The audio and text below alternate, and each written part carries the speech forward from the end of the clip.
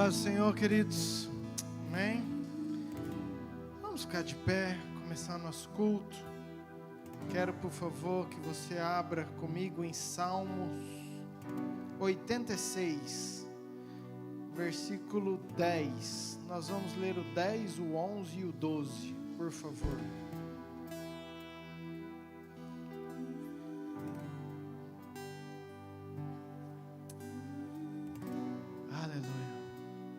Presta atenção naquilo que nós vamos declarar, naquilo que nós vamos ler. A palavra do Senhor diz: pois tu és grande e operas maravilhas, só tu és Deus. Amém. Pois tu és grande e operas maravilhas, e só tu és Deus. Ensina-me, Senhor, o teu caminho, e andarei na tua verdade. Dispõe-me o coração para dar-te-ei graça, Senhor, Deus meu, de todo o coração, e glorificarei para sempre o teu nome. Amém? Pai, é isso. Nós queremos glorificar o teu nome para sempre, Senhor. Queremos glorificar, exaltar, adorar o teu nome para sempre, porque nós cremos que o Senhor é grande, que opera as maravilhas e que só tu és Deus, Senhor. Nos ensina, Senhor, nos ajude a nós trilharmos o teu caminho, as tuas vontades, andar na tua vontade. Guarda o nosso coração, Senhor, para temer somente o teu nome.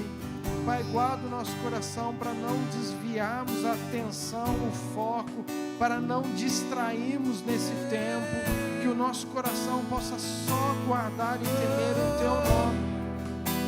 E queremos sim dar toda a honra, toda a glória, queremos dar graças ao Senhor de todo o nosso coração, glorificar o Senhor para todo sempre, porque nós cremos que grande é a sua misericórdia para conosco. Nós cremos que profundo é o teu amor, é o teu poder, que o Senhor é soberano sobre o céu, sobre a terra, que o Senhor nos ama acima de todas as coisas, somos filhos e filhas. Queremos consagrar esse tempo em adoração, em louvor, em culto ao Senhor. Receba, Pai, a nossa adoração, em nome de Jesus. Amém. Amém, queridos. Vamos adorar o nosso Deus.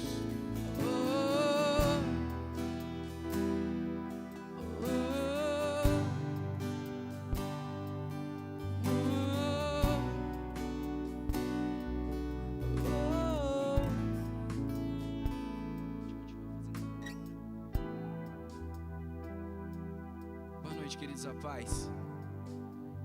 Hoje eu estava escutando e buscando um pouco do Senhor e sobre o que eu poderia falar agora na primeira música. Eu falei: Senhor, eu quero que realmente o Senhor fale ao meu coração aquilo que o Senhor quer que eu passe. Eu não quero só chegar lá e cantar as músicas sem receber nada de Ti, sem ter algo de Ti para que eu possa passar para a igreja e pedir para o Senhor: Senhor, me dá uma palavra, algo curto para uma ministração, não para uma palavra. E Deus me levou a Atos 2, sobre tudo que nós estamos vivendo nesse tempo, vendo sempre falar em algo novo de novo, vendo sempre falar em avivamento. Nós estamos recebendo muitas palavras em que essa nação vai ser uma nação que vai receber o avivamento dos últimos dias. E eu falei: Senhor, e comecei a ler Atos, eu já li várias vezes isso, Atos 1 e Atos 2. E o que mais me chamou a atenção, queridos, não foi o momento em que o Espírito Santo vem, que o Espírito Santo desce naquele lugar. O que Deus falou comigo naquele momento, não foi nem isso. Eu estava lendo e no momento em que todos estavam naquele lugar e estavam cheios da presença de Deus e falavam em outras línguas, teve alguns que falaram bem assim: eles estão bêbados. E Pedro, nesse momento, deu todo aquele discurso. Eu não vou me delongar nesse momento, porque é uma palavra curta. Você lê lá Atos 1, Atos 2, você vai entender. Pedro fez um um sermão, falou do profeta Joel. Naquele momento as pessoas falaram bem assim, tá, e o que nós podemos fazer então? O que nós podemos fazer? E Pedro falou bem assim, arrependa-se. E o que mais me chamou a atenção, queridos, foi no Atos 2:41, eu nunca tinha visto isso. E Deus me levou e Deus fez essa palavra brilhar e fala bem assim, então os que lhe aceitaram a palavra, foram batizados, havendo um acréscimo naquele dia de quase 3.000 pessoas. E o que eu aprendo com isso? Eu aprendo que naquele momento, naquele lugar tinha muita gente, queridos. Naquele lugar tinha muita gente, porque após o sermão, os que aceitaram a palavra foram 3.000. E se no versículo 41 fala que, então os que aceitaram a palavra, isso me leva a crer que tinha mais pessoas, que naquele lugar tinha muitas pessoas, e tiveram pessoas ali naquele lugar que não aceitaram a palavra, que não abriram os seus olhos para o que vinha acontecendo naquele lugar. Nós estamos recebendo várias palavras de que Deus vai fazer algo novo de novo, de que Deus vai vir com um arrebatamento, vai vir com um avivamento na nossa nação, e nós estamos como essas pessoas talvez omissas, que não aceitaram essa palavra, que não reconheceram e que não abriram os seus olhos para o que Deus estava fazendo e para o que Deus vai fazer. E a palavra que Deus deu para mim falou bem assim: Alisson, você quer ser apenas um espectador do que Deus vai fazer com essa nação, ou você quer estar no meio do que Deus vai fazer para essa nação? E nesse momento eu aprendi, queridos, que muitos tiveram a chance de estar entre esses 3.000 que aceitaram a palavra, que aceitaram o batismo, que aceitaram aquilo que estavam vendo. Nessa noite, queridos, a palavra que Deus deu para mim, eu quero passar para vocês, é que faça algo diferente do que você está fazendo. Arrependa-se. A palavra de Pedro falou bem assim: arrependa-se, não somente daquilo que você fez de errado, mas das nossas omissões. E essa palavra foi para mim. E eu falei: Deus, eu quero fazer algo diferente. Eu não quero ser omisso com aquilo que você está fazendo. Eu não quero ser omisso como aquelas pessoas que foram omissas e não fizeram parte daquilo, e não fizeram parte do Espírito Santo. E por isso, queridos, eu escolhi músicas proféticas que nós vamos cantar hoje, e eu quero que você adore esse momento de uma forma diferente. Uma música que eu escolhi foi Uma Nova História e Tempos Melhores, que para mim é muito profético. Então, queridos, adore ao Senhor nesse momento com um sentimento profético, derramando algo diferente sobre nós, e que nós vamos viver isso, e queira ser participante, não querer ser somente um espectador daquilo que Deus está fazendo nessa nação, daquilo que Deus vai fazer nessa nação. Tenha um posicionamento de querer ser melhor, de querer ser um pai melhor, de querer ser um marido melhor, de querer ser uma mulher melhor, de querer ser um cristão melhor. Não é fácil, é difícil, mas você tem que dar o primeiro passo. Você tem que dar o primeiro passo. Então dê o primeiro passo. Saia do lugar que você está parado. Faça algo que você ainda não fez. Faça algo de diferente, para Deus trazer um novo de novo. Nós vamos ser participantes disso, em nome de Jesus. Amém. Te agradeço, Senhor Jesus. Nós queremos te louvar e te adorar nesse momento. E toda a honra, toda a glória, toda a adoração seja dada a Ti. Essa equipe, essas vozes, essas mãos, esses instrumentos, esse lugar é totalmente dependente da Tua glória, totalmente dependente daquilo que o Senhor é, totalmente dependente do Teu amor, Senhor. Totalmente dependente nós somos de Ti, Senhor. Em nome de Jesus. Em nome de Jesus. Amém, Pai.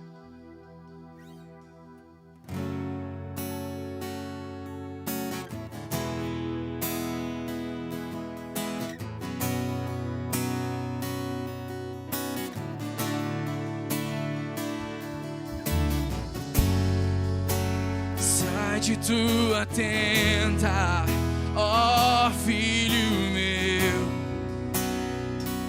te mostrarei as estrelas do céu. Sai de tua tenda, ó filho meu, te mostrarei a areia do mar. Será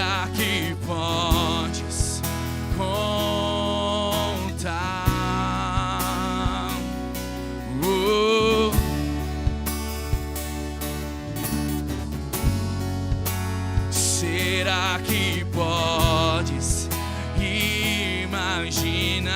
Tudo aquilo que sonhei para ti, ó Filho meu, o que as minhas mãos fizeram para ti, ó Filho meu, tua bênção será sobre ti. Uma nova história Deus tem pra mim, um novo tempo Deus tem pra mim. De tudo aquilo que perdido foi, ouvirei de tua boca, te abençoarei.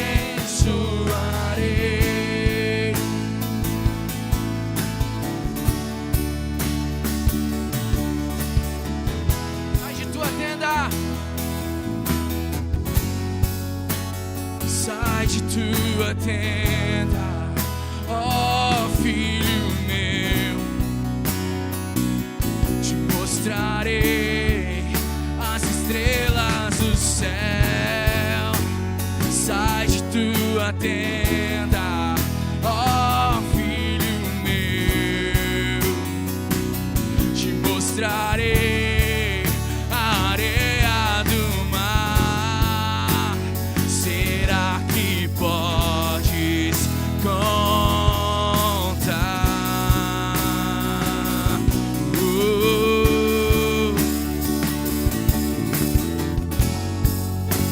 Será que podes imaginar tudo aquilo que sonhei para ti, ó Filho meu, minhas mãos fizeram para ti, ó Filho meu, minha bênção será sobre ti. Uma nova história Deus tem, fala isso.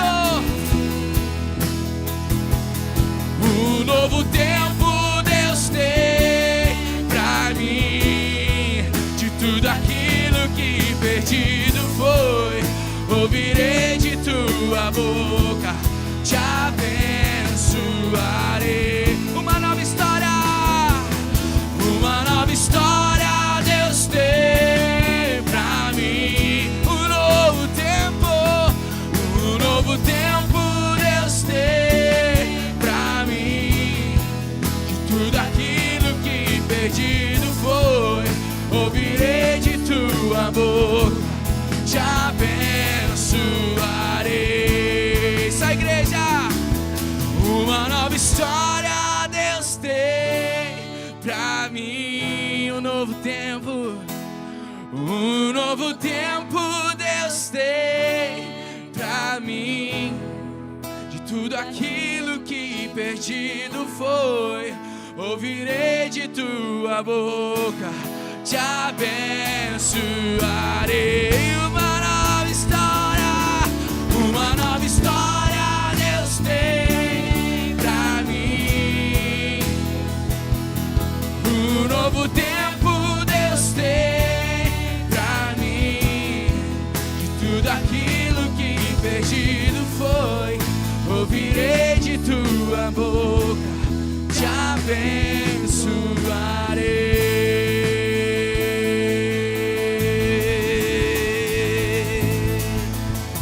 Aleluia, uma salva de palmas para o Senhor, queridos. Amém. Amém, Senhor. Aqui era um lugar de conforto. E Deus falou: sai de tua tenda e vai buscar aquilo que eu estou falando. Vai buscar da minha palavra. Nós temos que viver a palavra. Nós temos que viver o que Deus está fazendo nesse momento. Amém? Amém?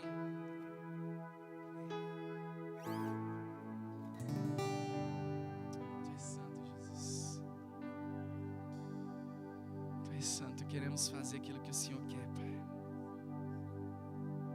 Tu és o Deus deste lugar, Senhor. Tu és o Rei do Brasil. Tu és o Rei desse povo, Senhor.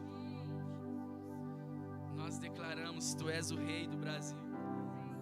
Nós declaramos, Senhor Deus Pai, o povo está se levantando, Senhor Deus Pai, o povo está despertando, Senhor.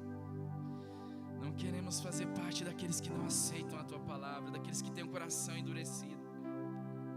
Tira as escamas, Senhor. Em nome de Jesus, Pai, nós somos falhos, nós não somos dignos da Tua glória. Nada disso nós merecemos, Pai, mas nós sabemos que nós somos alvo da Tua misericórdia. Nós somos alvo da Tua graça, Senhor.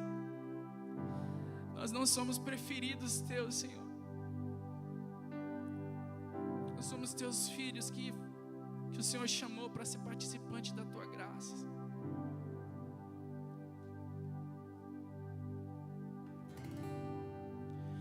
És o Deus deste lugar, o Rei deste povo, Senhor desta nação. Tu és a luz da escuridão, esperança ao perdido, a paz alcançado. Tu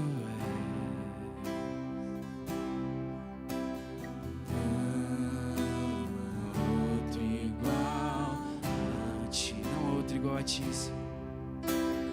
não há outro igual a Ti, não há outro, não há outro igual a Ti, não há outro igual a Ti. Tempos melhores estão por vir, obras maiores se farão neste lugar. Declara isso. Tempos melhores estão por vir, obras maiores se farão neste lugar.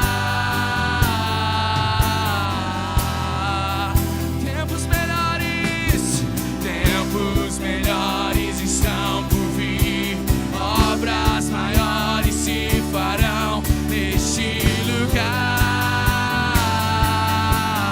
Declara isso. Tempos melhores estão por vir, obras maiores se farão aqui.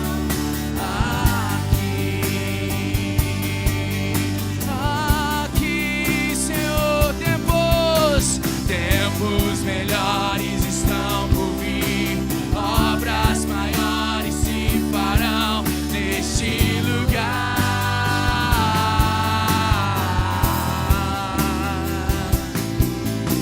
Tempos melhores estão por vir, obras maiores se farão neste lugar.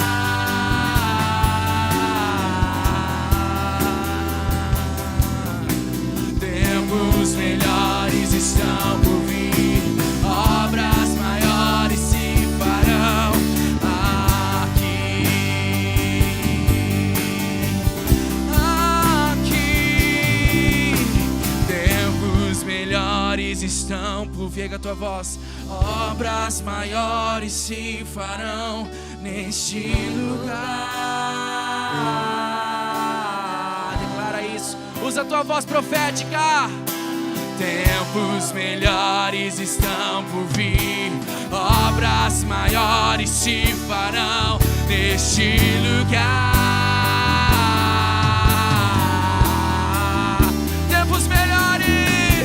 Tempos melhores estão por vir, obras maiores se farão neste lugar.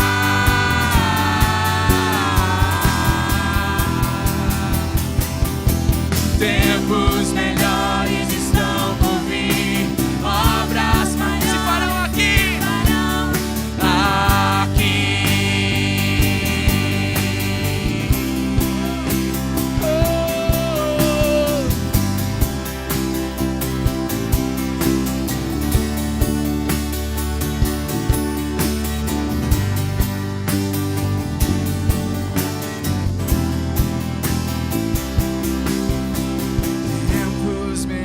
melhores estão por vir, obras maiores se farão neste lugar.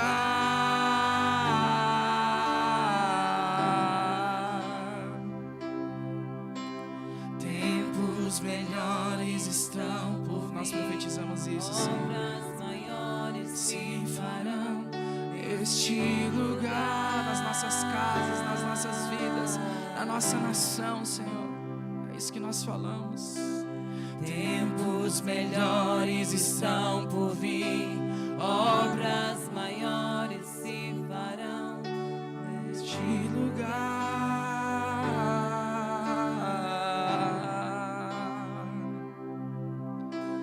Tempos melhores estão por vir, se farão aqui. maiores se farão Aqui.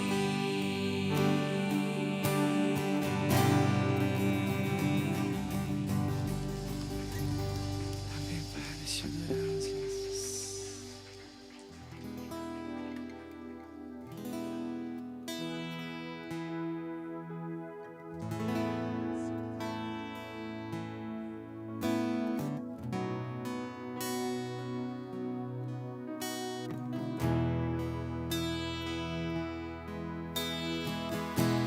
Tua presença é real.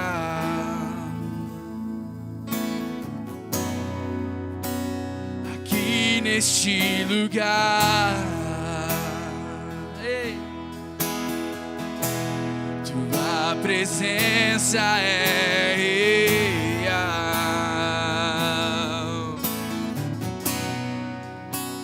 Aqui neste lugar,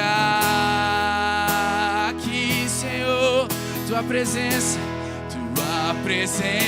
é real.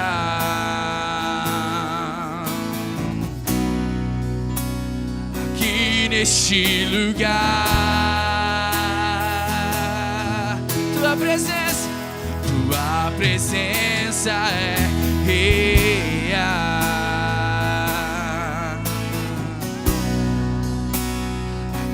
Neste lugar, então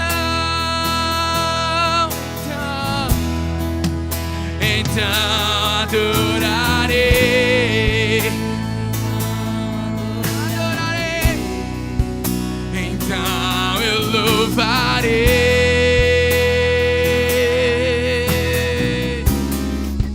então me renderei totalmente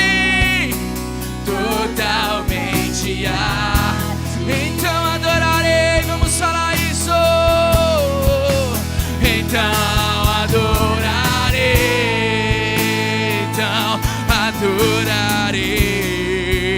então eu louvarei,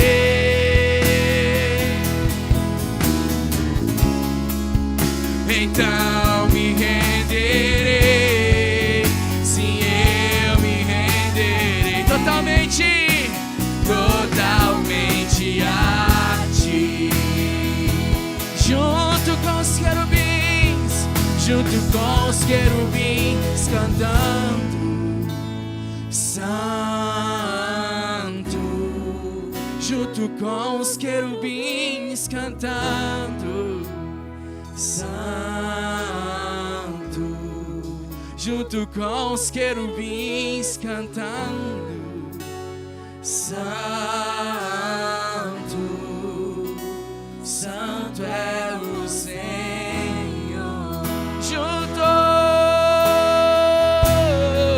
Junto com os querubins cantando santo, junto com os querubins cantando santo, junto com os querubins cantando santo, santo é o Senhor.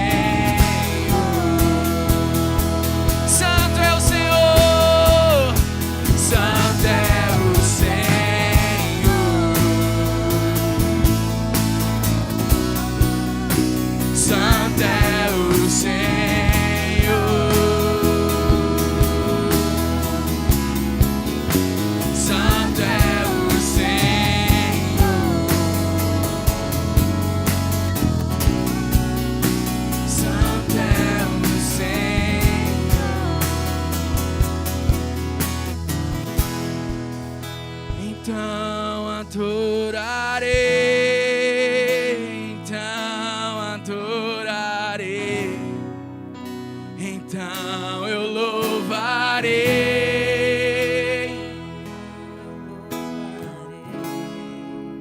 então me renderei, sim, eu me renderei totalmente a ti.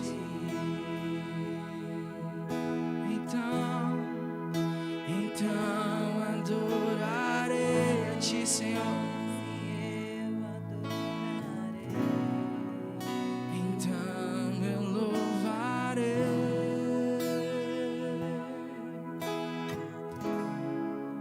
então me renderei, sim, eu me renderei totalmente a ti.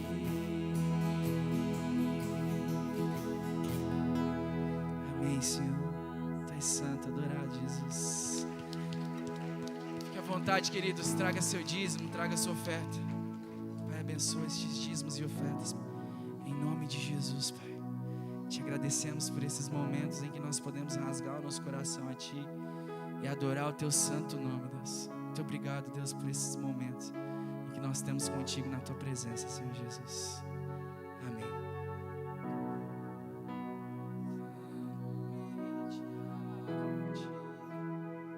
Então adorarei, então adorarei,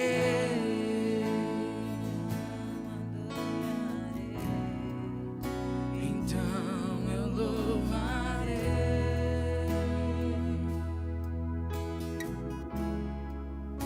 então me renderei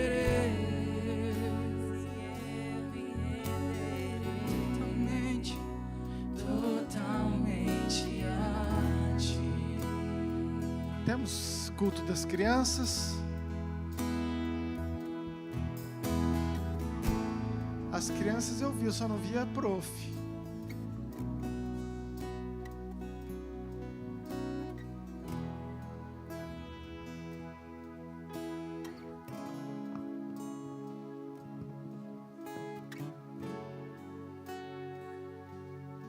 Estenda sua mão para cá, vamos orar.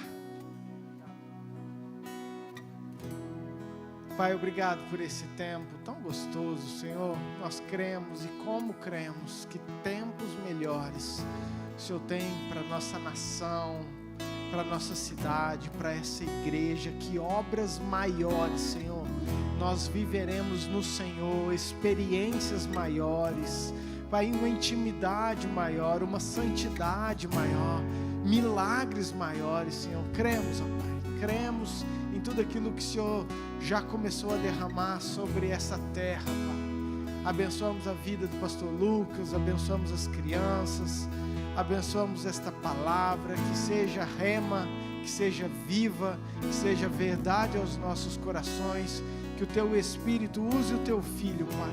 Que o Senhor o abençoe em nome de Jesus. Amém.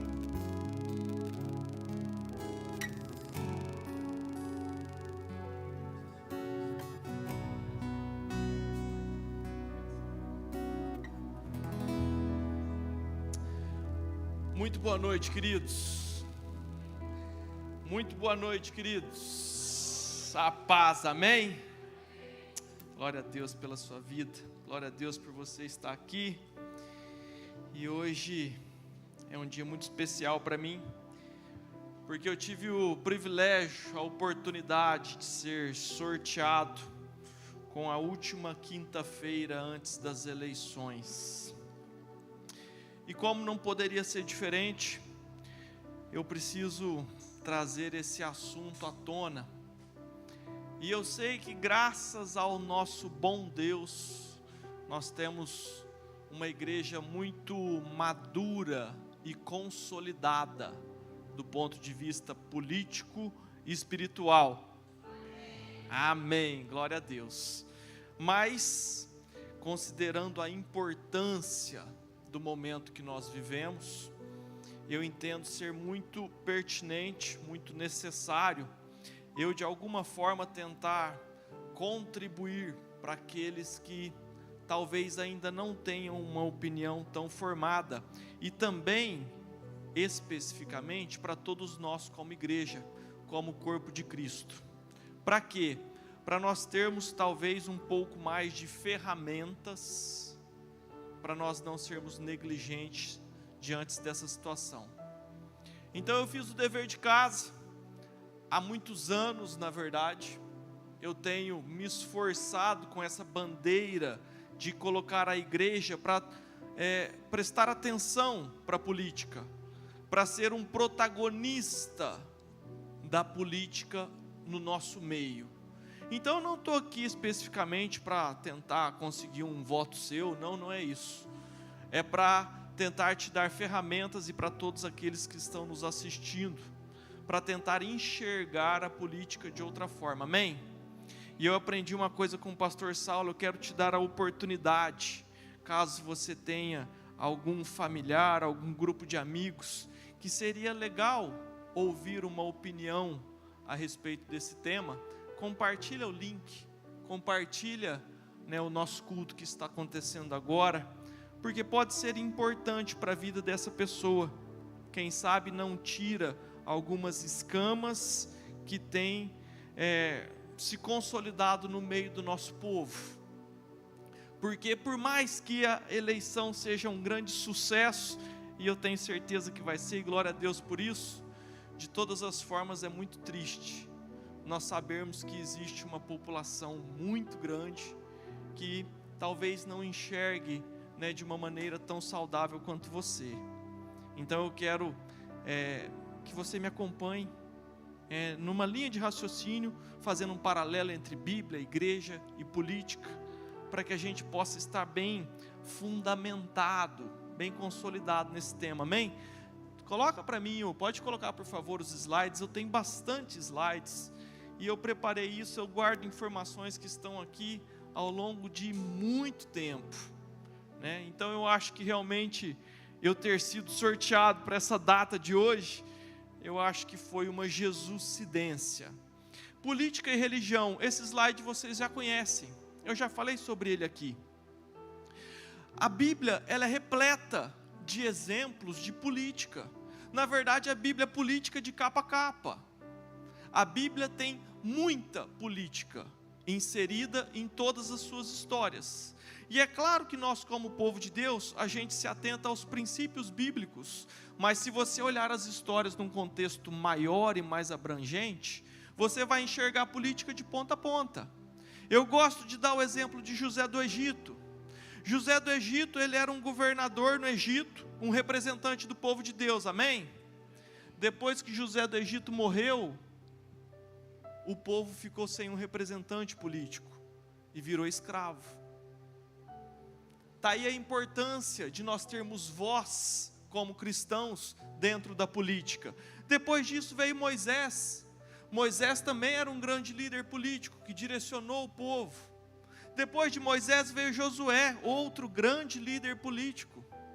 E nós poderíamos ficar falando dos feitos políticos desses dois.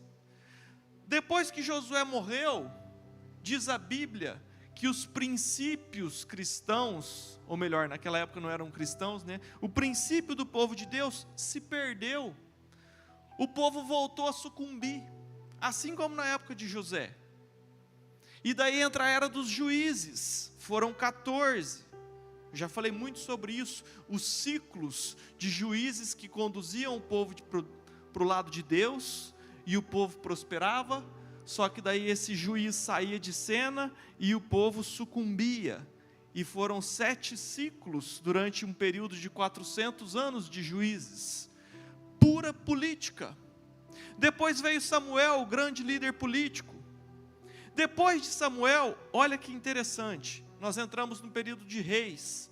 Sabe por que nós entramos no período de reis? Porque o povo pediu. O povo de Deus não tinha rei. Deus respeitou a vontade pública e lhes deu um rei. Olha como isso é perigoso. Deus respeitou a vontade pública e entregou um rei para o povo, porque eles queriam, e foi Samuel o primeiro rei. Samuel ungiu Saul. Obrigado, pastor. E daí nós tivemos 42 reis, a grande maioria foi o caos. Ditadores, autoritários. Só que tiveram alguns poucos, 8, que foram muito bons e que trouxeram graça de Deus de volta para aquele povo. José de Arimateia, eu também já preguei sobre ele aqui. José de Arimateia era uma espécie de senador na época de Jesus, e foi ele que comprou o corpo morto de Cristo. Foi ele que investiu, comprou porque ele levou Cristo morto para um lugar de honra, para que fosse sepultado. Porque os bandidos naquela época, os ladrões naquela época eram jogados no deserto para que os abutres os comessem. Jesus teve um enterro de honras. E teve a oportunidade de irem até a sua tumba e a encontrarem vazia. Amém? Então José de Arimateia, um político, teve acesso a fazer esse tipo de ação. Eu já falei sobre isso. E por fim, para eu não me delongar nesse slide, Ciro.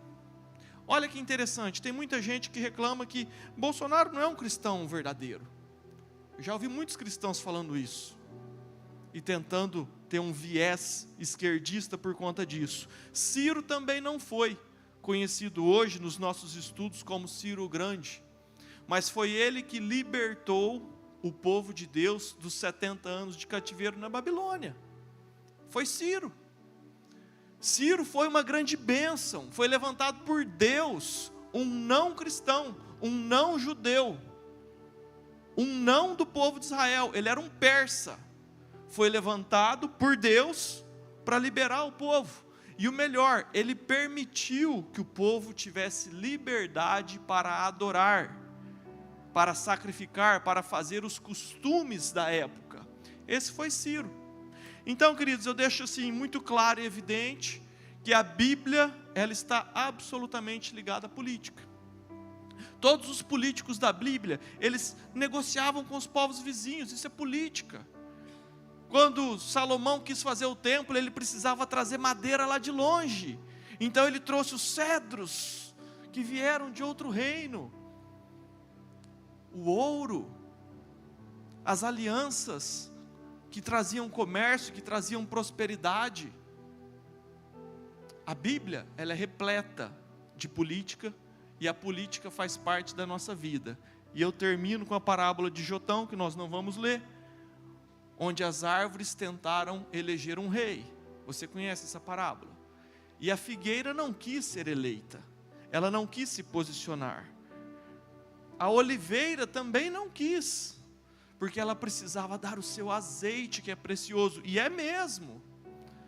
E daí quem reinou foi o espinheiro, e o espinheiro traz fogo e fúria para todos que não se submetem a ele.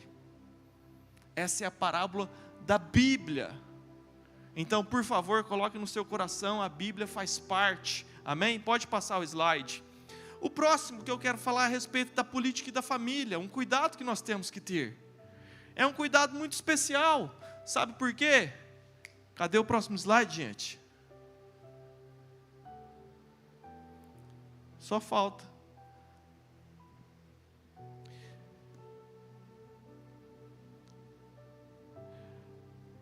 A política pública, querido, muitas vezes ela tenta tirar da família, principalmente quando ela tem um viés esquerdista, uma responsabilidade que é da família. E eu estou falando de religião. Quem ensina religião para minha filha sou eu. Eu, como pai, como sacerdote da minha casa, da minha família, eu vou ensinar para minha filha qual que é o meu Deus. Assim diz a Bíblia. Ensina a criança no caminho que ela deve andar. Então a religião sou eu que vou ensinar para minha filha. São os pais, é a família que é responsável, e nós não podemos terceirizar para a professora do colégio, por melhor que ela seja.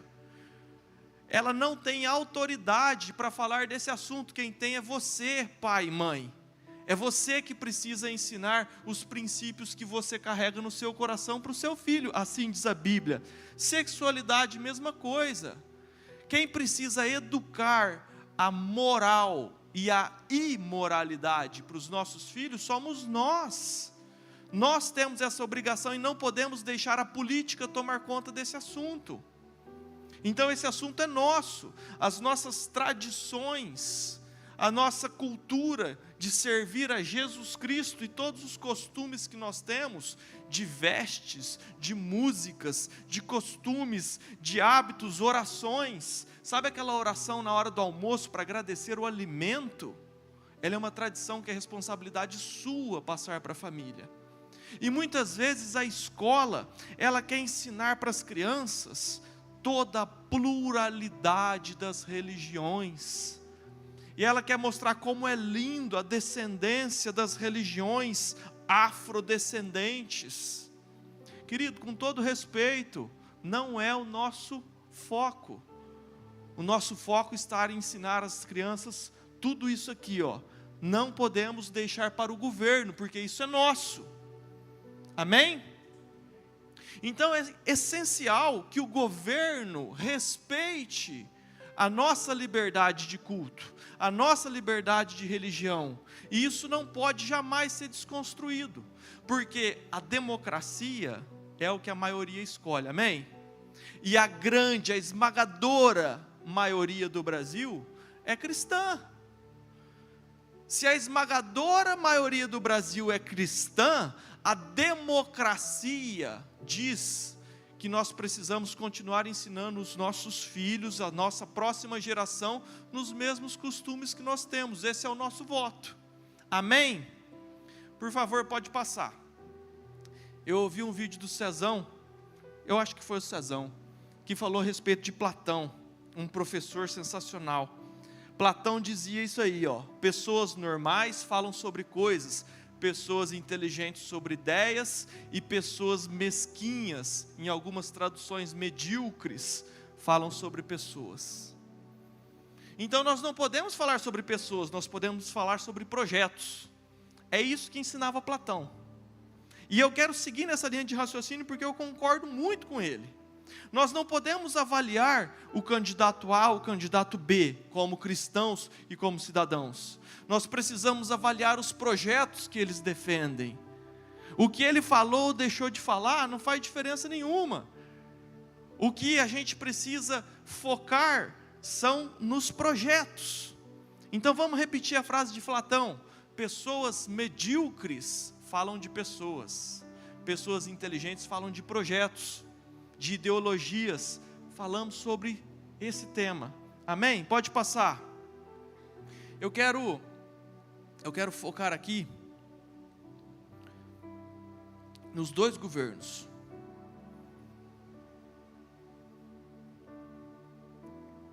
Nós vamos refletir em fatos de gestão, em dados estatísticos, em dados técnicos. Eu quero ajudar você a fazer essa leitura. E eu quero ajudar você a fazer essa leitura porque, além de pastor, eu também sou engenheiro, sou apaixonado por números.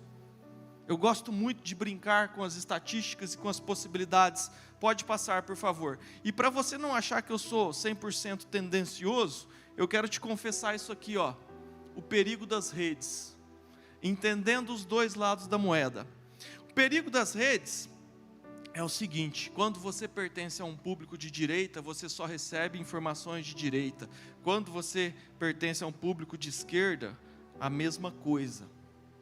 Então acreditem ou não, eu sigo nas redes sociais há anos Lula, Marina Silva, Boulos, Freixo, Manuela Dávila, Gleisi Hoffmann e etc. Eu sigo um monte de gente que tem um viés esquerdista, porque eu quero entender qual que é o argumento dele, eu quero entender o ponto de vista dele. E Jesus, ele morreu por você e por ele, pelo branco, pelo negro, pelo esquerdista, pelo direitista. E nós não podemos de forma alguma ter raiva ter ódio, achar que nós estamos numa disputa. Não, queridos, eles são nossos irmãos, eles merecem a graça de Deus assim como nós, e nós somos tão pecadores quanto eles. Então o nosso olhar para alguém que não concorda com a nossa opinião tem que ser um olhar de amor, de compaixão, e entender que talvez ele não entendeu aquilo que você já enxergou. E está aqui o nosso desafio, em levar o evangelho ao próximo, e levar informações ao próximo, levar uma política que pode fazer mal a todos ao próximo. Então, queridos, acreditem, eu sigo isso aqui há muito tempo, porque eu quero realmente entender as considerações dele. E um taxista, há 10 dias atrás, eu estava no Nordeste, ele me falou um negócio interessante. Ele me explicou que o Nordeste jamais vai ser de viés direitista. Está amarrado, um dia vai. Mas ele explicou isso, e ele me explicou o porquê. Sabe por quê? Ele falou assim: Lucas, o Nordeste só ouve rádio. Todo mundo tem um radinho pendurado o dia inteiro ouvindo rádio. A gente assiste pouca TV. Você entra no interiorzão, é rádio. E a rádio do Nordeste é 100% esquerdista. Eles jamais vão falar alguma notícia boa do lado direito. Então quem come, quem recebe dessa informação, só enxerga um lado da moeda. E agora, essa semana, veio à tona um escândalo que realmente os nordestinos receberam somente informações em prol do governo de esquerda. Eles não receberam a outra visão da moeda. Você entende como isso pode, estragar toda uma população, porque não tem a oportunidade de ter, conclusões próprias? Eles não têm.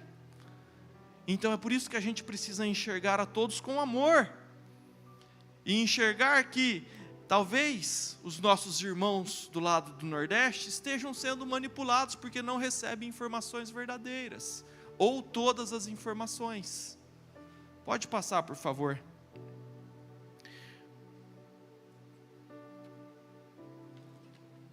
Olha que frase forte. Goebbels, Joseph Goebbels, ele foi ministro de propaganda de ninguém mais, ninguém menos do que Hitler. E ele dizia, naquela época, dê-me o controle da mídia e farei de qualquer país um rebanho de porcos.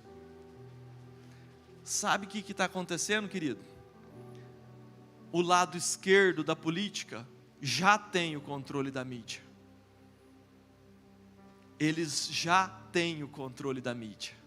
Então essa frase de Joseph Goebbels faz todo efeito, porque a Rede Globo de televisão, a Bandeirantes, a CNN, o UOL, o Estadão, Folha de São Paulo, são todos canais de comunicação oficiais e totalmente esquerdistas.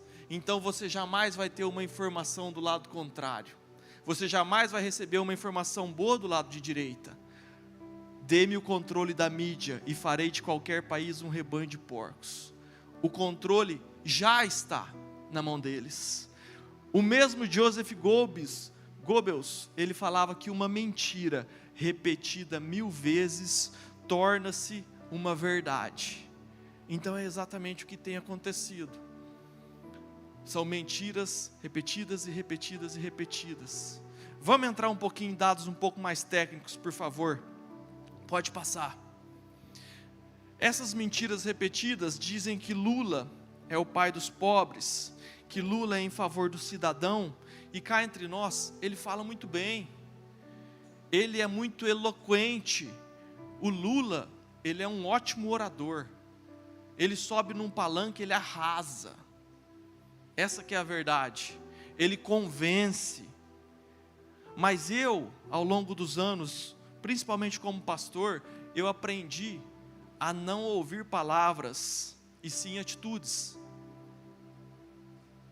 as palavras, eu tinha um amigo no frigorífico que falava que cuspe não contabiliza. A pessoa fala o que quer. O que importa é o que ela faz, é o que ela assina, é a atitude que ela toma em relação a determinado assunto. E o discurso bonito do Lula nem sempre condiz com aquilo que ele faz e assina. Então esse discurso que Lula é o pai dos pobres, eu te pergunto, será? Essa matéria é de 2008. Para não correr risco de fazer uma fake news, está perigoso fazer fake news. Se você faz uma fake news para o lado de direita, você vai preso. Para o lado de esquerda, você pode falar à vontade. Pode até falar em matar o Bolsonaro, que não tem problema.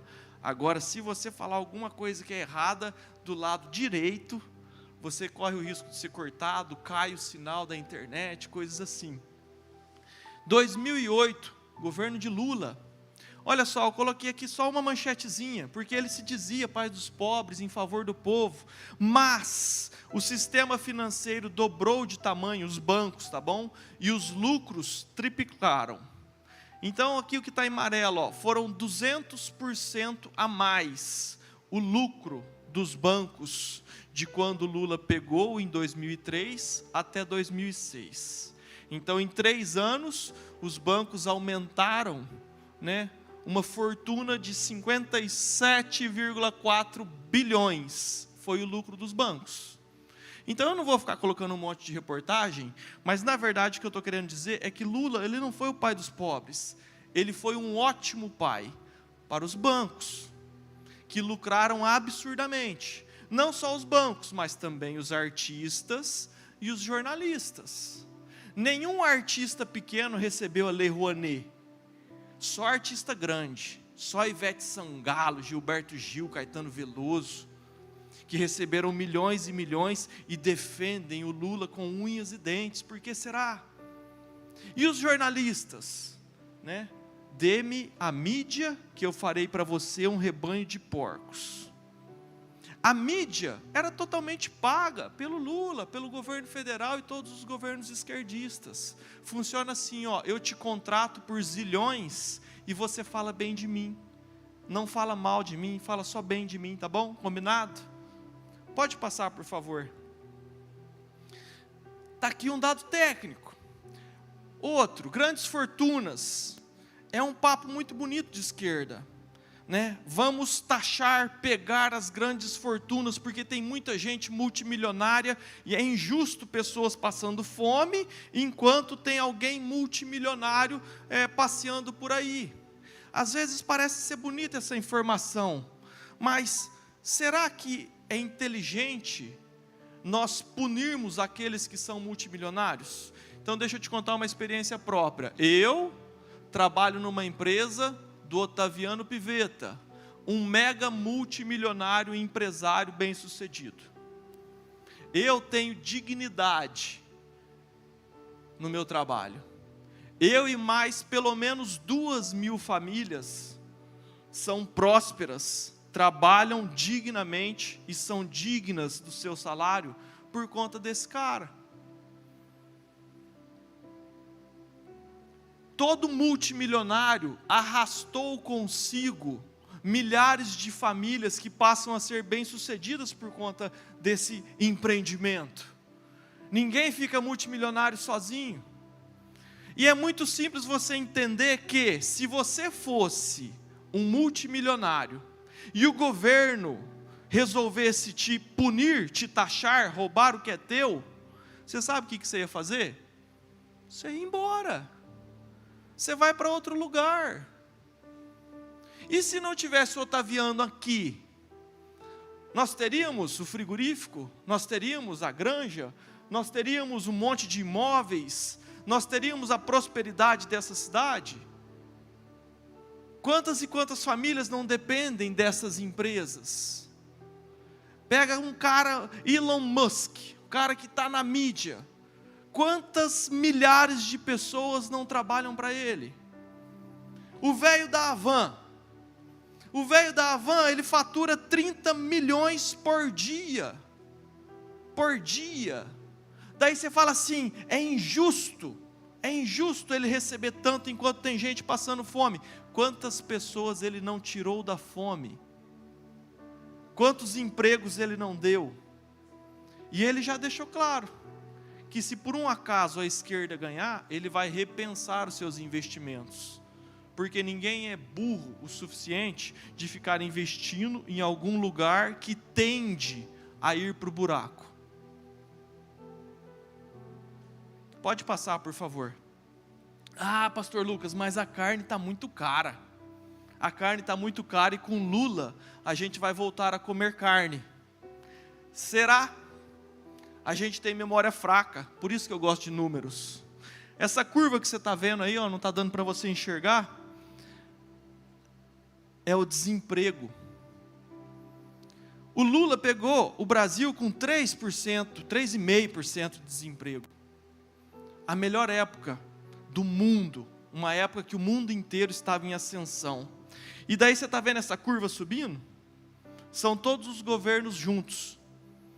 E o desemprego subiu até 14,9%, que foi o máximo que ele chegou, é aquele pico ali em cima.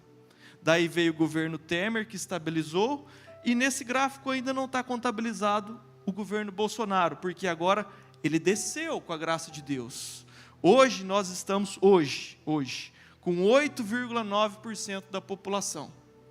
Já caiu 5 pontos percentuais do desemprego, com pandemia e guerra. Avaliem isso, por favor, do fundo do coração. Ah, pastor, mas a carne está cara, as coisas ficaram mais difíceis de comprar. Ficaram, realmente ficaram. Mas sabe por quê, querido? Você tem que entender, porque no mundo inteiro ficou. A pandemia fez as pessoas pararem de trabalhar. Quando as pessoas parem de trabalhar, as coisas não são produzidas. E quando faltam as coisas, o preço sobe. É muito simples. Eu trabalho no frigorífico, até hoje tem insumos que estão em falta. Até hoje. Então, quando faltam as coisas, eu não tenho para quem vender, eu tenho só um pouquinho de produto e eu preciso vender para um monte de gente. O preço sobe. O Brasil sofreu muito menos inflação do que o resto do mundo. O ministro da Economia foi escolhido pela revista inglesa, vocês vão ver mais para frente, como o melhor ministro do mundo. Os Estados Unidos, eu assisti o discurso do ministro da Economia, falando que eles falharam porque não agiram como o Brasil, e que agora vai demorar mais para eles saírem da crise, sendo que o Brasil já está saindo. Então entenda que nós tivemos inflação sim, mas muito menor do que o mundo. E se você pegar o histórico da sua vida, você vai lembrar que nós temos cerca de 10% de inflação ao ano, ao longo de todas as décadas para trás. Isso é muito maior do que era o resto do mundo. Então nós precisamos ter esse ponto de comparação. Pode passar, por favor. Quero passar tudo bem rápido. Ai, como eu tinha coisa para falar, eu poderia ficar aqui horas e horas falando. Olha só, Lula vai liberar drogas, soltar ladrão, censurar pessoas, pastores, policiais. A gente fica falando isso, daí eles ficam falando que é fake news, é tudo mentira. O Lula jamais vai fazer isso porque ele não fez antes, por que ele vai fazer agora? Então fica a dúvida, vai ou não vai fazer? Lula vai censurar? Vai liberar drogas? Por que ele não liberou antes?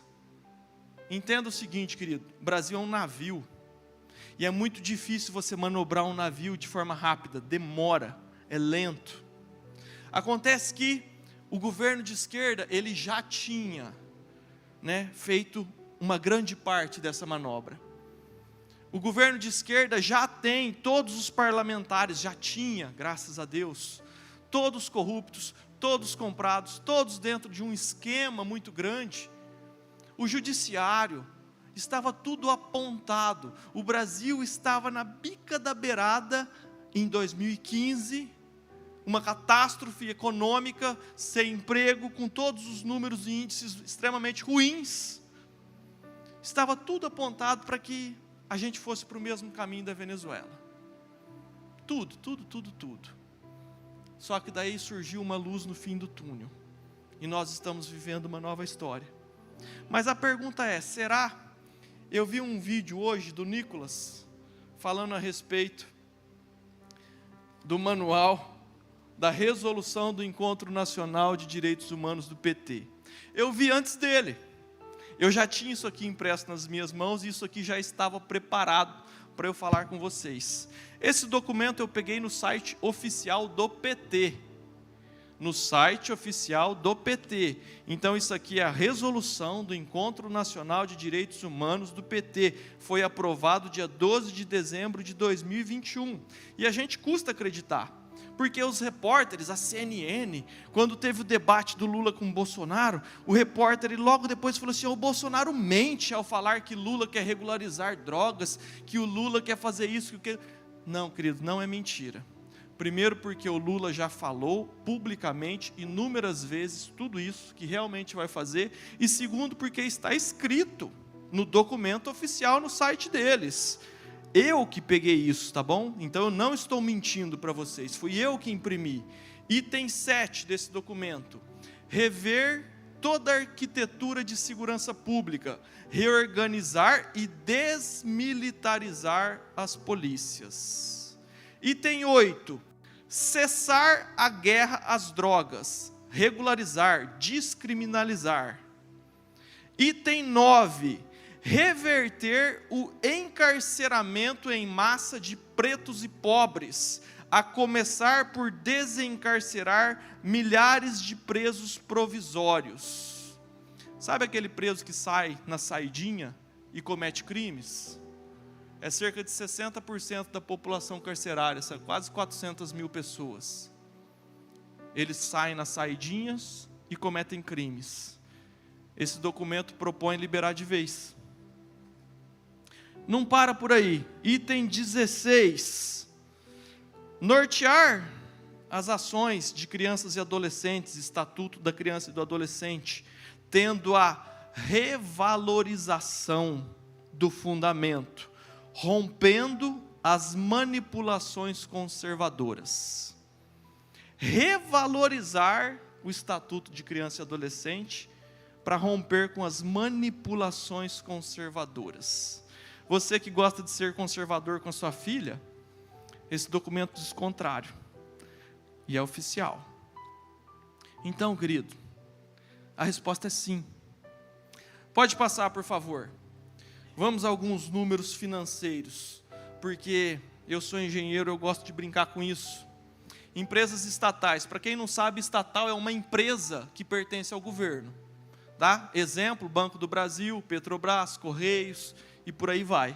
Então eu peguei um exemplo rapidinho para a gente entender o Porto de Santos. Era mais uma estatal. Ele ficou famoso porque a gente opera muito o Porto de Santos. E o Porto de Santos, até 2017, ele dava um prejuízo de 500 milhões por ano. O governo atual inverteu esse prejuízo de 500 milhões, passou a dar lucro de 500 milhões. Ou seja, é 1 bi de diferença. E você sabe o que aconteceu? Nada. Trocaram apenas os gestores. Fecha a torneira da corrupção, sobra dinheiro. É simples assim. Onde não tem roubo, sobra dinheiro. 500 milhões positivo. Só que o Porto de Santos é um exemplo, tá bom? E eu peguei a lista bem certinha, tem 698 estatais. E o prejuízo anual de todas elas era de 35 bi.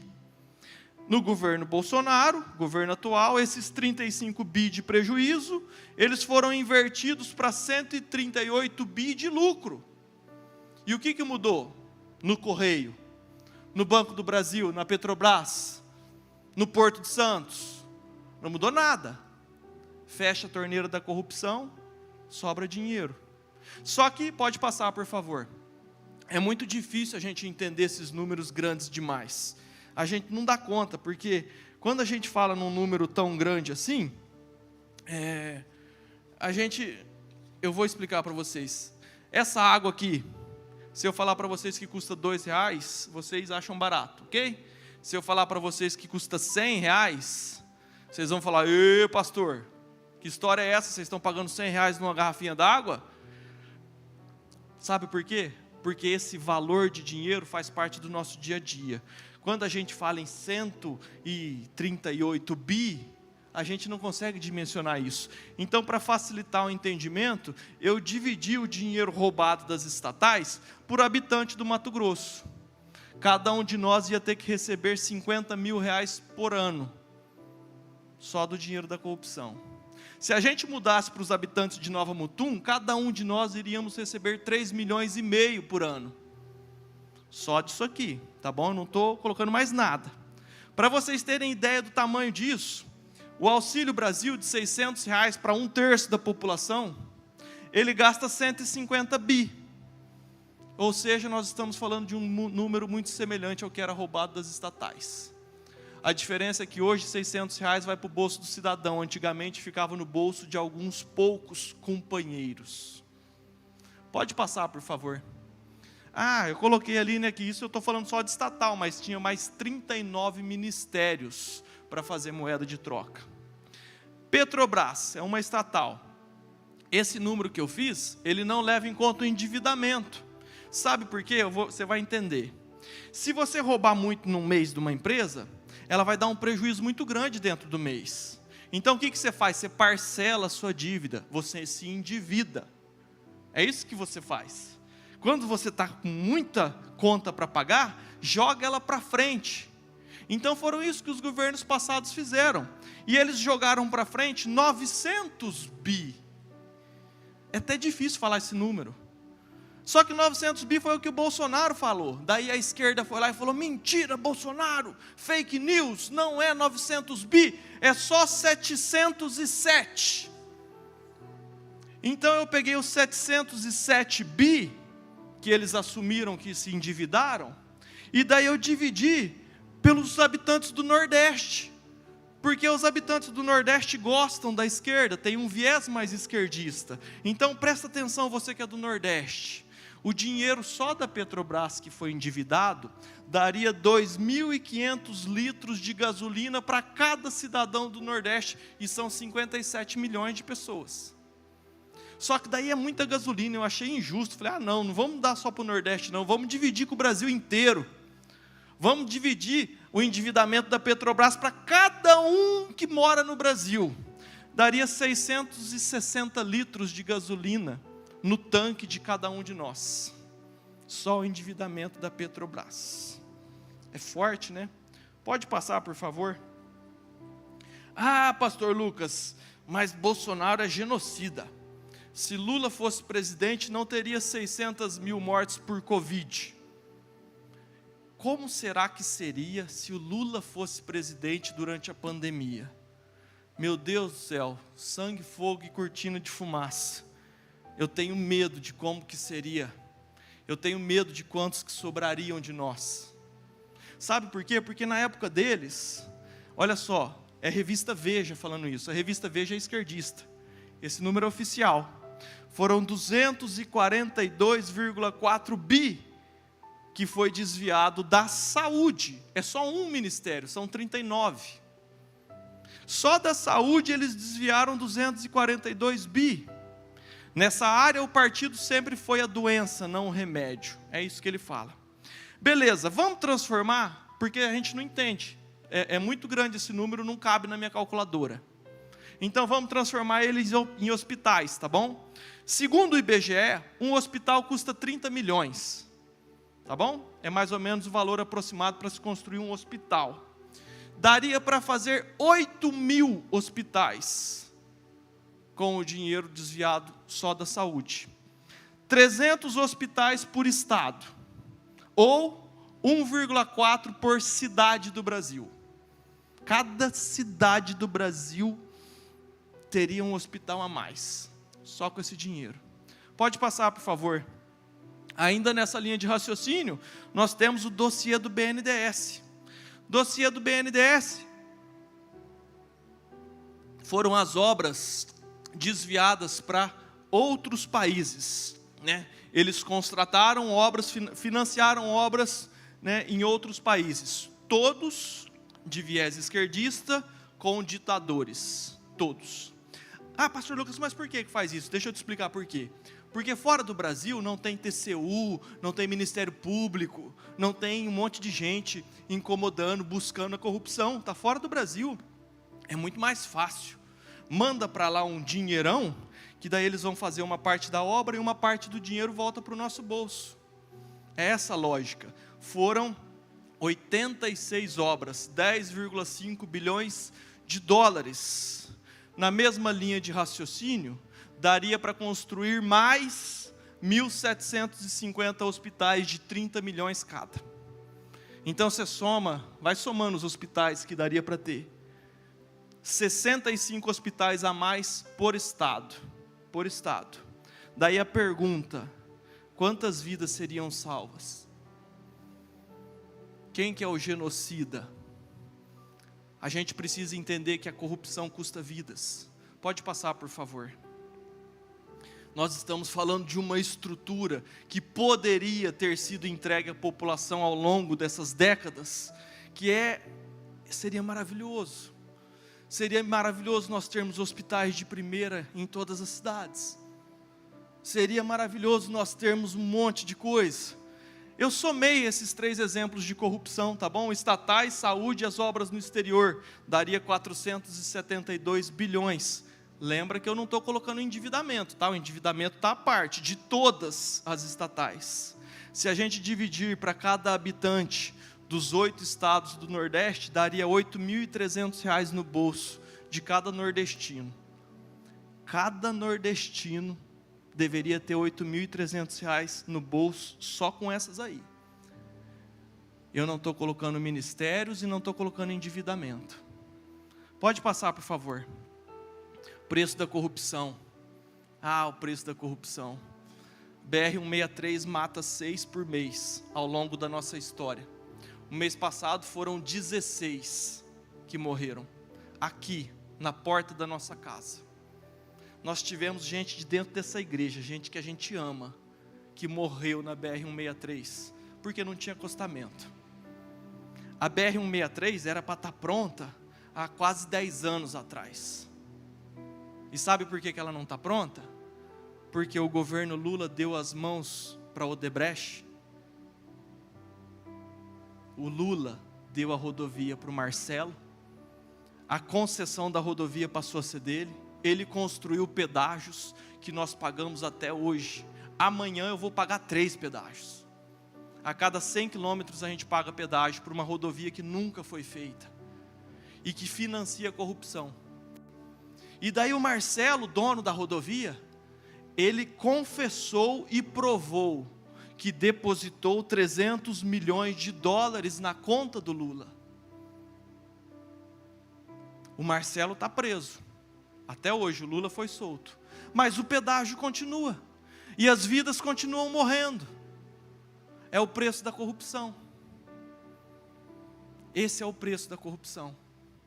Quantas pessoas não morreram porque não tinha vaga nos hospitais? Quantos hospitais não poderíamos ter? Quantas pessoas não morreram porque não tinha remédio, etc, etc. A gente pode ficar aqui, tenho tanto para falar, mas eu preciso terminar. Você precisa entender esse raciocínio. Quantos poderiam estar vivos se não fosse a corrupção? E quem é o genocida? A corrupção, ela custa, o preço da corrupção são vidas. Pode passar, por favor? Eu nem sei mais onde eu estou. Pastor Lucas, o governo atual também é corrupto. Bolsonaro é ditador. Ele não deu vacina para o povo. Nossa! Será? Eu trouxe a cláusula que eu guardei desde o ano passado. Essa é a cláusula 5.5 do contrato da Pfizer, que é público. Sabe aquela briga de vacina? Eu tenho para mim que o Bolsonaro nunca conseguiu se fazer entender. Então eu vou tomar a liberdade de tentar explicar para ele em 2 minutos, tá bom? A cláusula do contrato da fabricante de vacina diz o seguinte, item 5.5.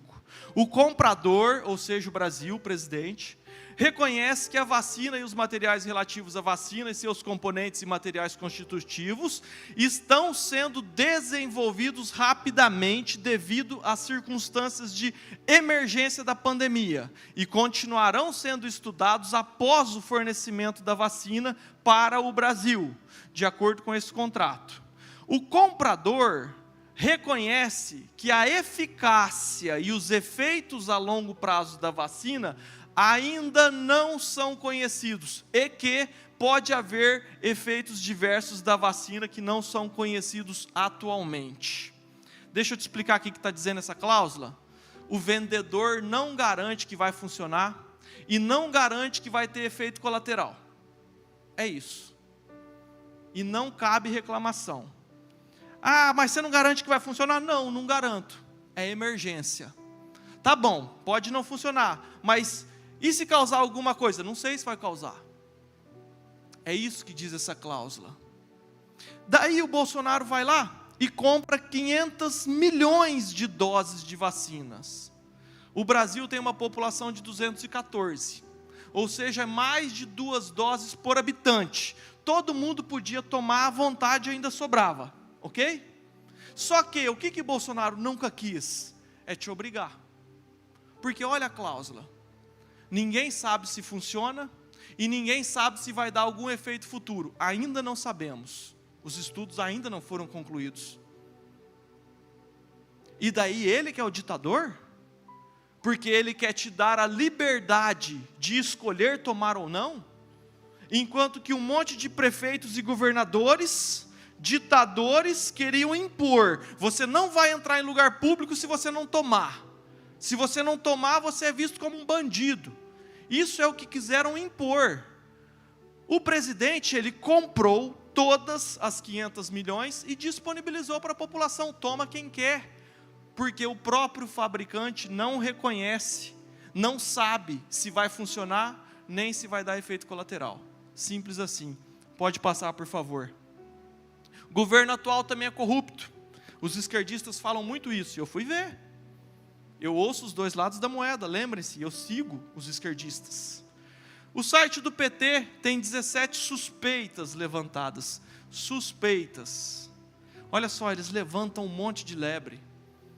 Totalmente sem fundamento. Sabe, a última que veio é o clã do Bolsonaro comprou 51 imóveis em dinheiro vivo. Daí já se retrataram, porque não é dinheiro vivo, é moeda corrente. Moeda corrente é real, nunca foi dinheiro vivo. Isso era uma fake news para aumentar a dor do aflito. 51 imóveis. Por que eles falaram clã? Porque eles reuniram a família inteira do Bolsonaro nos últimos 30 anos, inclusive a família das ex-esposas. E vamos lembrar que o Bolsonaro e seus filhos são deputados federais. Deputado federal ganha 33 mil reais de salário por mês. E ele recebe esse salário há 28 anos. Ele nunca foi pobre, ele é rico.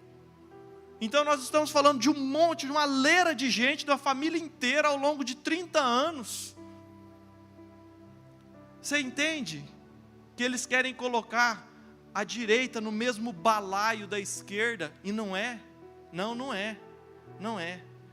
Próximo item, o caso dos pastores. O ministro da Educação recebeu propina dos pastores. Uau, eu fiquei chateado pra caramba. Falei, meu Deus, vamos pesquisar isso. Daí lá na frente descobriram que na verdade foi um mal entendido.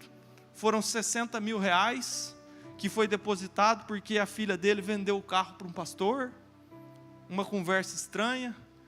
Quer dizer que fizeram um monte de estardalhaço, fizeram um carnaval, pintaram um demônio, e na verdade não era bem assim. E suponhamos que fosse, 60 mil reais é uma gota num oceano de corrupção. Então, por favor, não coloquem no mesmo balaio, porque não dá. E por aí a gente podia ficar falando mais um monte de coisa. O sigilo dos 100 anos, o orçamento secreto. Isso foi feito no governo de 2011. Lei 12.527. Não é coisa dele. Então, eles inventam muitas coisas que quando você vai buscar a verdade, não é bem assim. Pastor Lucas, Bolsonaro então é perfeito? Não, não é. Ele tem um monte de erros, alguns que eu conheço e muitos que talvez eu não conheça. Eu tenho certeza que ele tem um monte de defeito. Mas daí eu te pergunto, vamos para a Bíblia. Davi, um rei segundo o coração de Deus, ele não tinha defeito? Os defeitos do rei Davi eram horripilantes. infinitamente piores do que aqueles que a gente conhece e não conhece do Bolsonaro. Mas o que importa, como diz Platão, não é a pessoa, é a ideologia, é o que ele defende, é o que ele faz. Quando Bolsonaro se levanta como uma luz no fim do túnel de um país que estava direcionado para o mesmo caminho da Venezuela, com todo esse antro de corrupção que eu acabei de mostrar para vocês, quando ele se levanta, pega a chave do cofre, coloca no bolso e fala que daqui ninguém mais pega dinheiro, entendam que se levanta um exército de jornalistas, artistas, banqueiros e principalmente políticos contra ele. Ele pegou a chave do cofre e guardou no bolso. Eu não roubo e não deixo roubar. Então ele ganhou de presente um exército de inimigos. Inimigos poderosos, e nós precisamos ter maturidade para entender isso. Nós precisamos. Pode passar, por favor. Essa foi uma pergunta que eu fiz para o taxista. Ele era um esquerdista nato, apaixonado, no Lula e na ideologia da esquerda. E essa foi uma pergunta que deixou ele, talvez, com um nó na cabeça. Por que o Nordeste é a região mais pobre do Brasil, se a esquerda domina aquela região desde que o mundo é mundo? Todos os governadores do Nordeste são de esquerda há muitos e muitos anos. Se eles são os pais dos pobres, se eles amam tanto, se eles querem tanto ajudar, por que aquele local é justamente o mais pobre do país? Por que os nordestinos, nossos irmãos, pessoas maravilhosas, precisam vir para o Mato Grosso atrás de sustento? Por que os governadores esquerdistas daquele lugar não conseguiram dar jeito nisso até hoje? E a resposta é de um próprio nordestino, Chico Anísio. Ele dizia o seguinte: se é o povo pobre que vota na esquerda, qual que é o interesse da esquerda em acabar com a pobreza? Sabe por que as obras do PT não são concluídas? Porque senão eles param de roubar. Então precisa jogar para frente. Sabe por que eles não podem tirar a pobreza do Nordeste? Porque senão eles perdem voto. Eles querem entregar as migalhas em troco de voto. Eles querem dar o peixe em vez de ensinar a pescar. Pode passar, por favor. Estado do Maranhão. Eu estou tão feliz com o Maranhão. Atualmente, o governo tem levantado o agronegócio, e o agronegócio tem ido para o Maranhão. Ei, você que é do Maranhão, me ouça. Reflita e veja o teu passado. As terras que você mora hoje valem 3 vezes mais do que valiam nos governos anteriores. A prosperidade está chegando no teu estado. Aonde chega a agricultura, chega máquinas, chegam lojistas, chegam serviços, chega loja para vender grãos, para vender defensivos, para vender insumos agrícolas, chega gente para trabalhar, gente para morar. Daí precisa arrumar as estradas para escoar, precisa de lugar para armazenar grãos. E o Maranhão vai ser transformado em nome de Jesus, e vai ser tão próspero como o Mato Grosso. O Mato Grosso é um canteiro de obras, o Mato Grosso é maravilhoso, aqui tem prosperidade, tem emprego de sobra, aqui falta gente para trabalhar. Sabe por quê?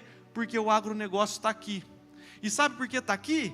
Porque aqui é um estado de direita. O dia que o Maranhão tiver um governador de direita, alinhado com um presidente de direita, o Maranhão vai bombar. E isso já está acontecendo, só não é melhor porque não tivemos tempo. O Maranhão já começou a ter terras agricultáveis. Pode passar, por favor.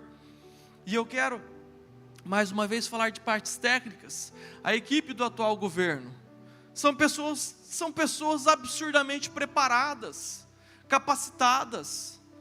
São pessoas com um grau de inteligência muito favorecido.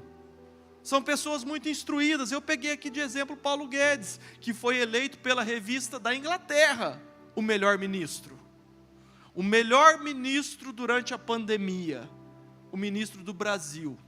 Isso dito pela Inglaterra, isso dito pelo ministro dos Estados Unidos. Agora não é só o Paulo Guedes, eu podia listar um monte aqui, o Tarcísio, poxa, o próximo governador de São Paulo. O Tarcísio é um engenheiro brilhante, ele transformou o Brasil num canteiro de obras, e ele termina as obras, ele começa e termina, ele entrega. É ponte, é rodovia, é tudo que você conseguir imaginar, eles fizeram. O Brasil está bombando, a equipe é fantástica. Agora passa, por favor. Isso me deu trabalho para conseguir, tá?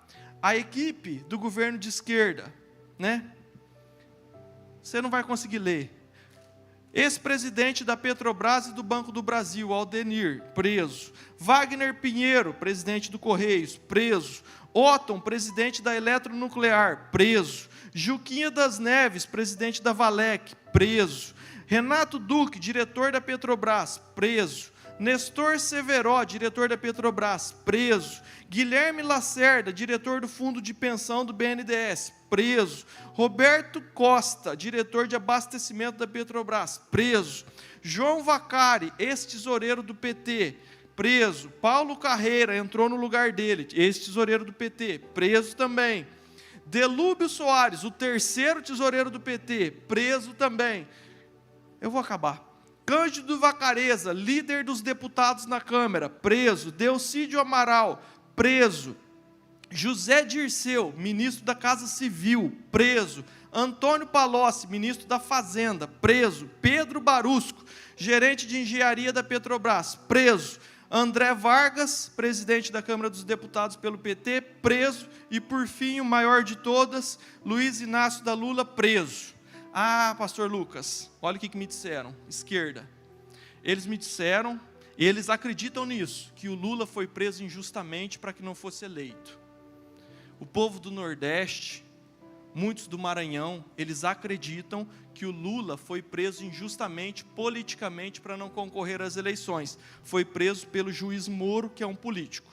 Querido, eu preciso explicar isso, me dá 2 minutos a mais. O Moro, ele foi o primeiro juiz que julgou o Lula, e ele achou que o Lula devia ser condenado, tá bom?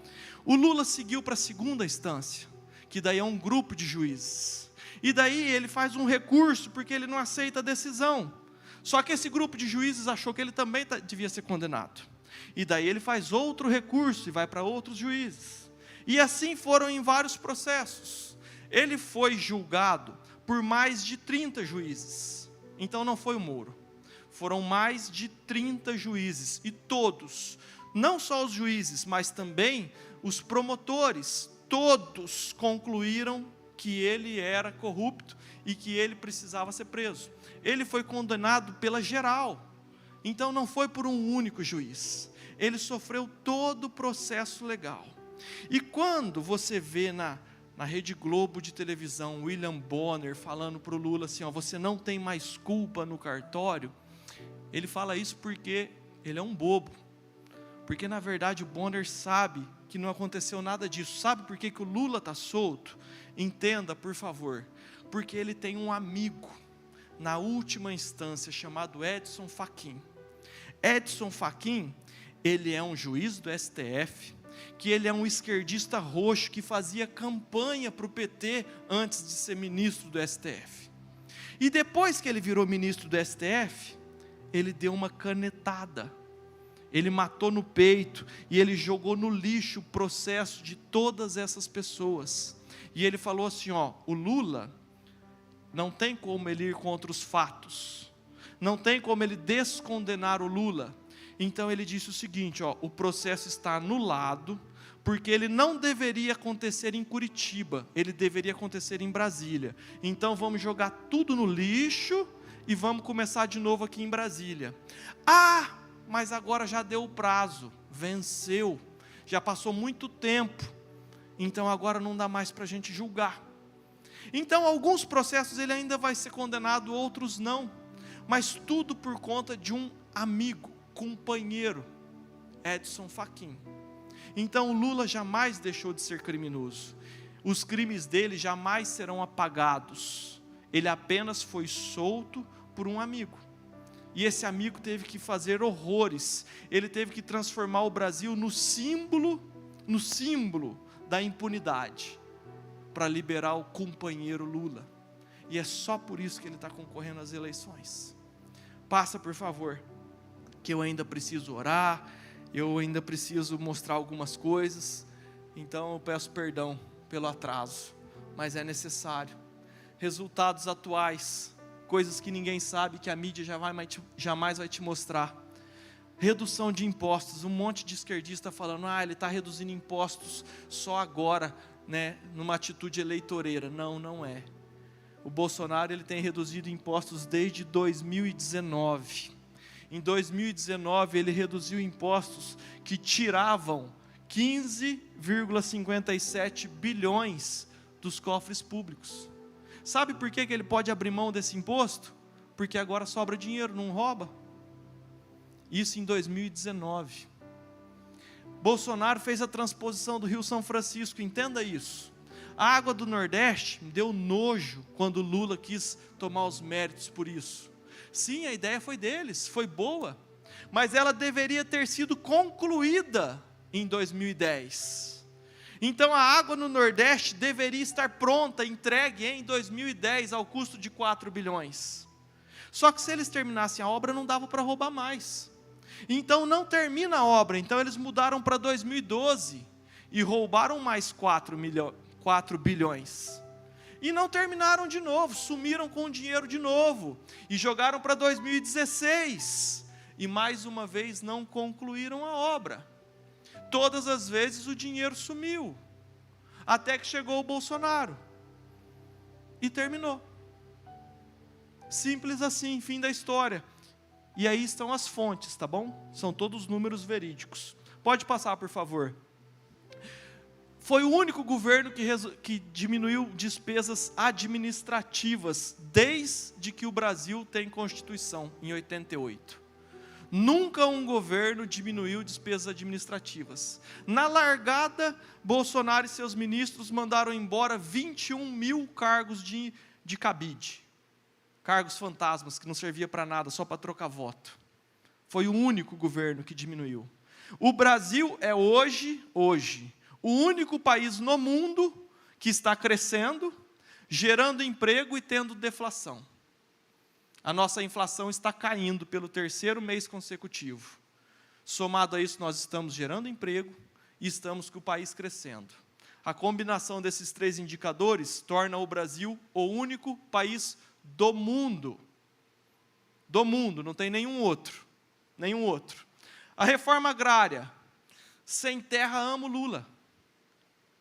E o Lula ficou no governo durante 16 anos e não conseguiu acabar com sem terra. Daí chega Bolsonaro e entrega 400 mil títulos para as mulheres, não para os homens. Esse é o Bolsonaro. 167 leilões. Sabe o que é um leilão? É ele abrir mão de poder, abrir mão de trocar cargo público por dinheiro, abrir mão de corrupção, em prol do Brasil. Salvou um monte de emprego e empresas através de Pronamp e Auxílio Brasil. Pode passar, rapidão. Criou o PIX. O PIX, os bancos, os 4 bancos que o Lula ajudou, os 4 maiores, somente os 4 maiores, Itaú, Bradesco e por aí vai. Só os 4 maiores deixaram de ganhar 1,5 bi por ano. Com PIX. Talvez você não se lembra, mas você tinha que pagar uma taxinha para transferir dinheiro. Então a gente usava dinheiro vivo. Era horrível. Carteira de motorista, passou de 5 para 10 anos, 92% de perdão da dívida. O Lula fez um monte de faculdade, verdade. Fez um monte de faculdade e destruiu o Brasil.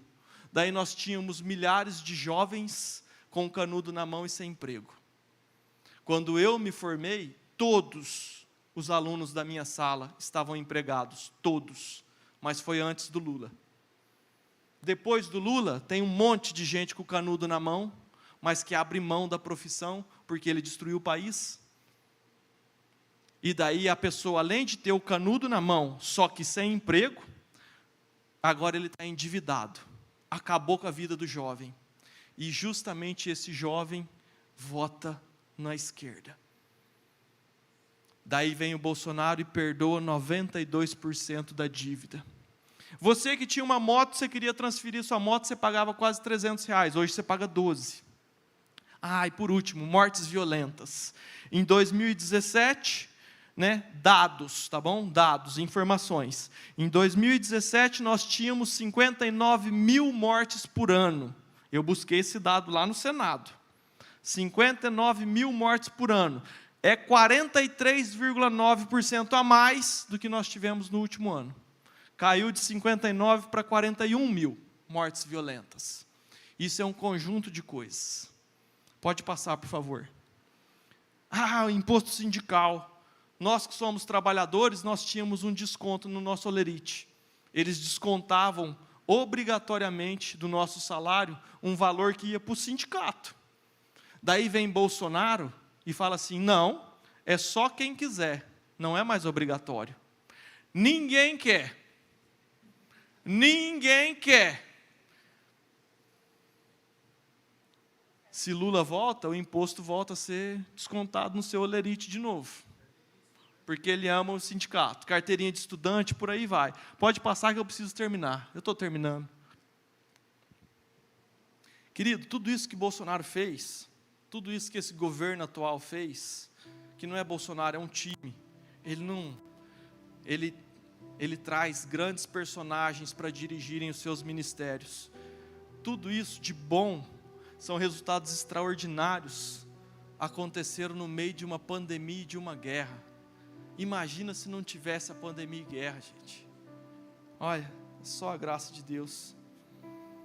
Então, entenda uma coisa, você pode talvez não gostar do capitão, mas entregar o navio para o pirata, daí não dá. Se você não gostar do Bolsonaro, tudo bem, daqui 4 anos vem outro. Mas se você entregar o navio para os piratas, talvez a gente pegue o rumo da Venezuela e nunca mais volte. Talvez a gente pegue o rumo da Argentina e eles não dão conta de voltar. Da Colômbia, eles não dão conta de voltar. Então, por mais que você não goste, ele é grosso, ele é ogro, não interessa. O que interessa é que nós não podemos devolver o galinheiro para a raposa. É isso, é simples assim.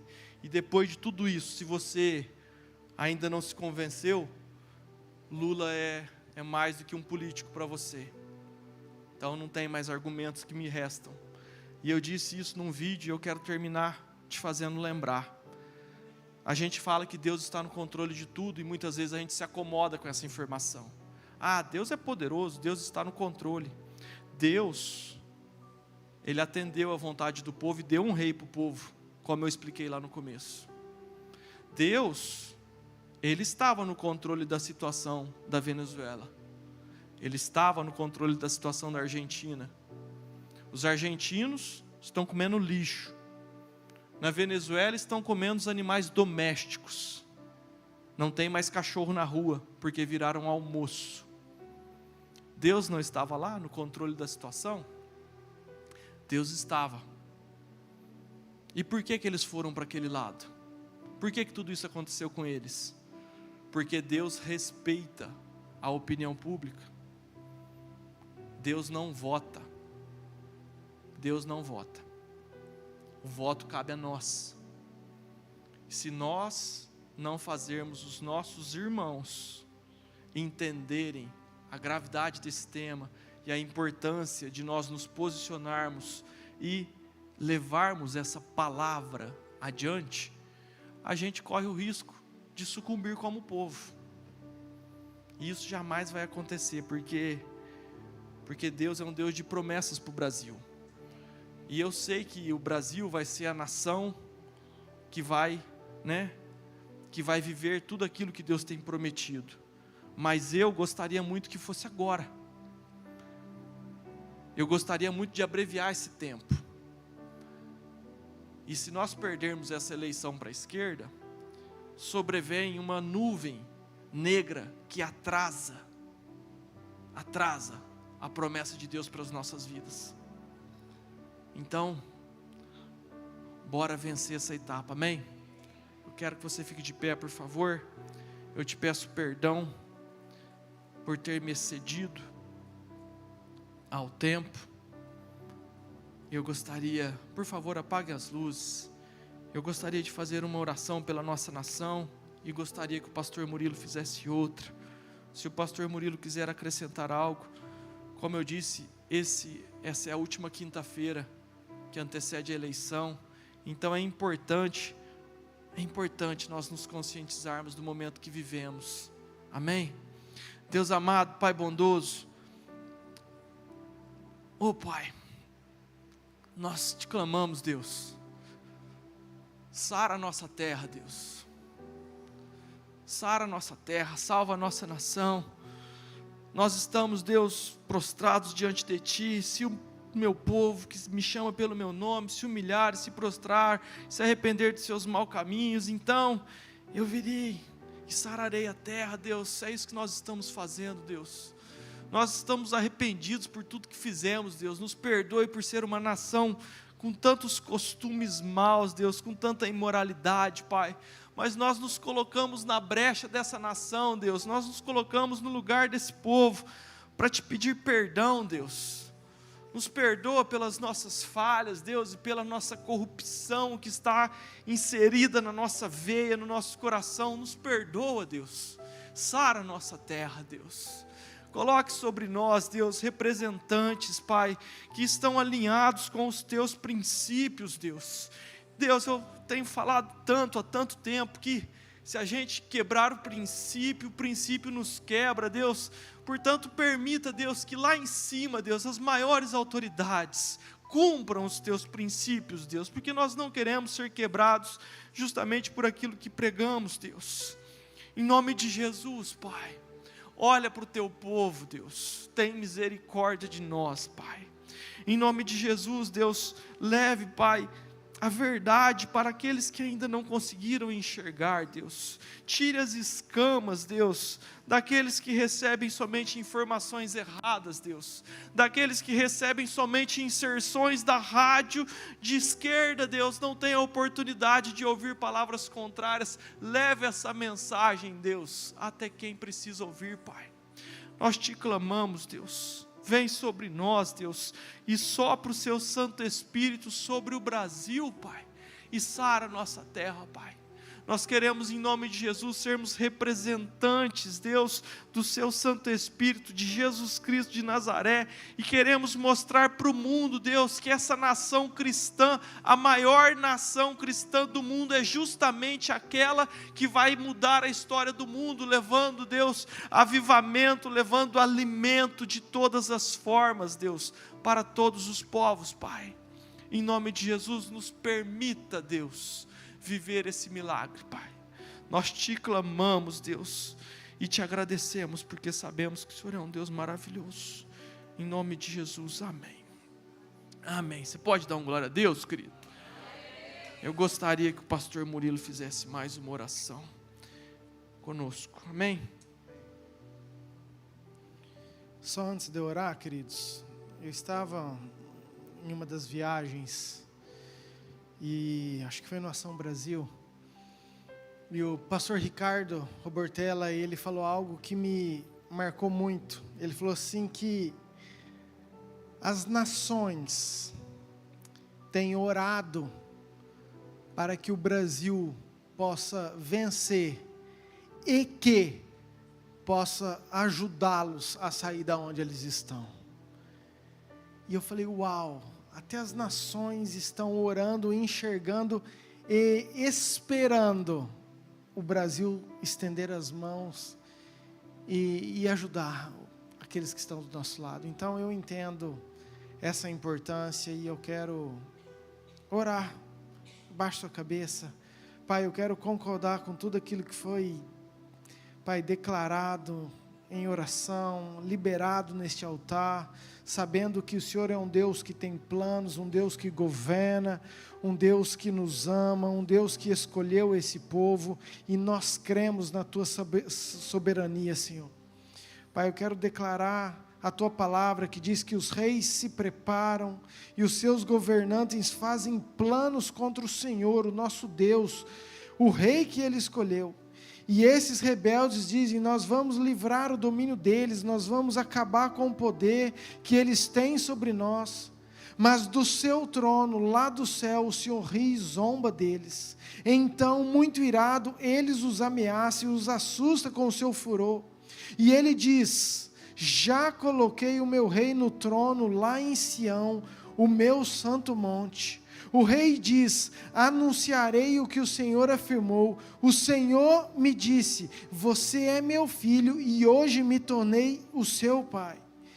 Peça e eu lhe darei todas as nações e o mundo inteiro será seu.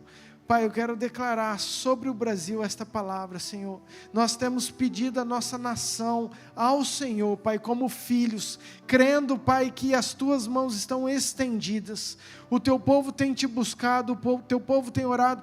Pai, nós cremos que é um tempo de cumprimento de promessas. Nós cremos que é um tempo que o Senhor tem realmente aberto os céus para que o teu nome seja exaltado nessa terra. Pai, nós como igreja, nós confessamos, ó Pai, e decretamos isso, ó Pai, o teu governo sobre a nação brasileira, Pai. Quanto tempo de jejum, quanto tempo de unidade, quantas igrejas juntas em propósitos, e nós, ó Pai, queremos só selar tudo isso nestes últimos dias que antecedem essa, Pai, essa data tão importante, que, Pai, mostrará o futuro do governo da nossa nação. Confiamos no Senhor, a nossa fé está no Senhor, os nossos olhos estão no Senhor, nós sabemos que é só o Senhor quem pode fazer, que é só o Senhor, Pai, não vai ser pessoa, não vai ser um partido, Pai, não serão os ministros, será o Senhor, Pai. Nós damos toda a honra, toda a glória ao Senhor e pedimos a Tua bênção sobre a nossa nação, em nome de Jesus. Amém. Amém, queridos. Que você viva, que você vote domingo, que você, se tiver alguém, primo, parente, irmão, pague Uber, pega o seu voo, mas é importante todos nós fazermos a nossa parte, você ajudar na sua família, onde eles estiverem, incentivá-los a votar, porque isso é guerrear com as nossas forças, com as nossas armas. Amém? Deus te abençoe, vá em paz, até sábado, domingo, em nome de Jesus.